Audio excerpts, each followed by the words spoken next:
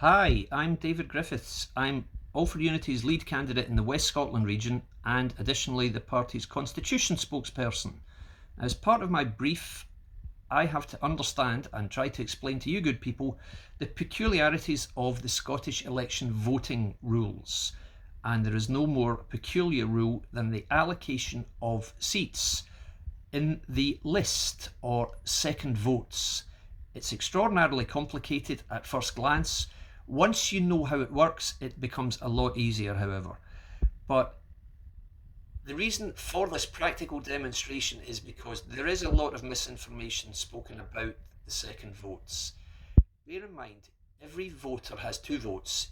The first vote is for the constituency, where you select the candidate you feel is best placed to represent your constituency. The second vote is for a party, and the purpose of this second vote or list vote is to ensure there is representation for the smaller parties which possibly wouldn't otherwise get representation in the first past the post system.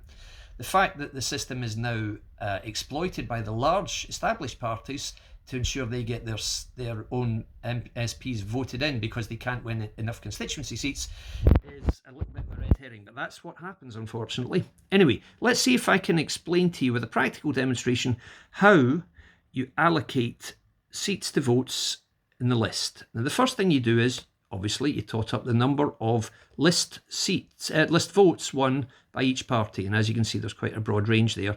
In the 2016 election in South Scotland region, there are 9 constituencies in South Scotland.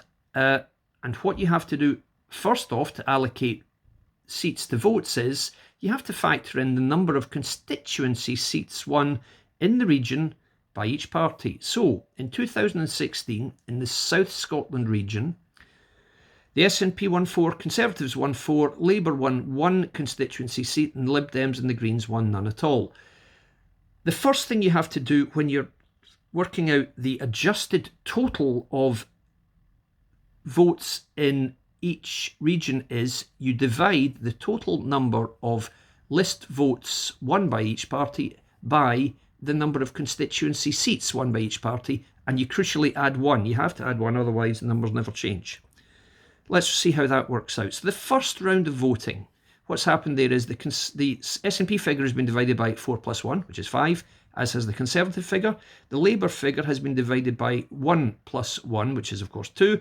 The Lib Dem and Green figures have been divided by 0, the number of constituency seats they won, plus 1. So divided by 1, so they stay the same. So after what they call the first round, the Labour Party total is the largest adjusted total of seats won. So after round 1, Labour has won a list seat to go with its constituency seat. So what do we do now? We divide the initial Labour total number of votes by 1 for the number of constituency seats they've won, 1 for the number of list seats they've now won, plus 1, because you have to add 1, otherwise the numbers don't change. And you go again for round 2. And after round 2, the adjusted totals show that the SNP now has the largest adjusted number of votes. You then take the initial SNP figure, you divide it by the number of constituency seats they've won, 4, the number of list seats they've won, 1, add 1, because you have to add 1, and you go in the third round. And now you can see the third round shows the adjusted totals have the Conservatives as the largest figure. The Conservatives have now been awarded 1 list seat to go with their 4 constituency seats. So you take the initial Conservative figure, divide it by 4, plus 1, plus another 1 for the next round, because you have to add 1 for each round. And the adjusted totals show that the SNP is now the largest. So what do we do for round 5? Yes, that's right. We divide the initial SNP figure by the number of constituency seats, 4, plus the number of list seats they've won, 2, add 1, and you run the numbers again. And in round 5, Labour is now the largest total again. So again, for round 6, you take the Labour initial total, divide it by the number of constituency seats they've won, 1, the number of list seats they've won, 2, add 1, so you're now dividing it by 4, and you get these figures, which shows in round 6, the SNP is once again the largest total. So you run the totals again by dividing the initial SNP figure by the number of constituency seats, 4, plus the number of list seats, they've won 3, add 1, and you get the final total for round 7, in which, as you can see, the Conservative figure is the highest again. So that means at the end of the 7 rounds of adjusting the totals to take into account the number of seats won, Labour has 2, the SNP has 3, and the Conservatives have 2. What does this tell us? Firstly, it tells us that it is not necessarily the number of votes won that dictates the number of seats that you're awarded in the list, because as you can see, the Labour Party won a roughly less, in fact, than half the number of votes that the SNP won, but they won 2 seats as opposed to 3, which 2 being obviously more than half 3.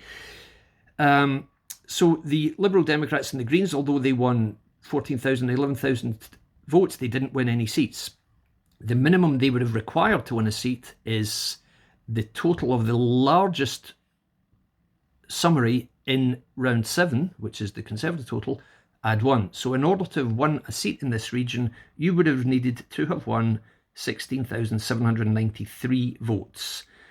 Now, what does that tell us? That tells us that people who claim that smaller parties are unable to win seats in the list are actually wrong, because as it shows here, it would have only taken 16,793 votes to win a seat, whereas the SNP won almost 10 times that amount and won 4 seats. So it's not a linear calculation. It is a mathematical calculation taking into account the numbers of constituency seats won, the numbers of list seats won, adding 1 to get the new total, and that is how you allocate seats to votes.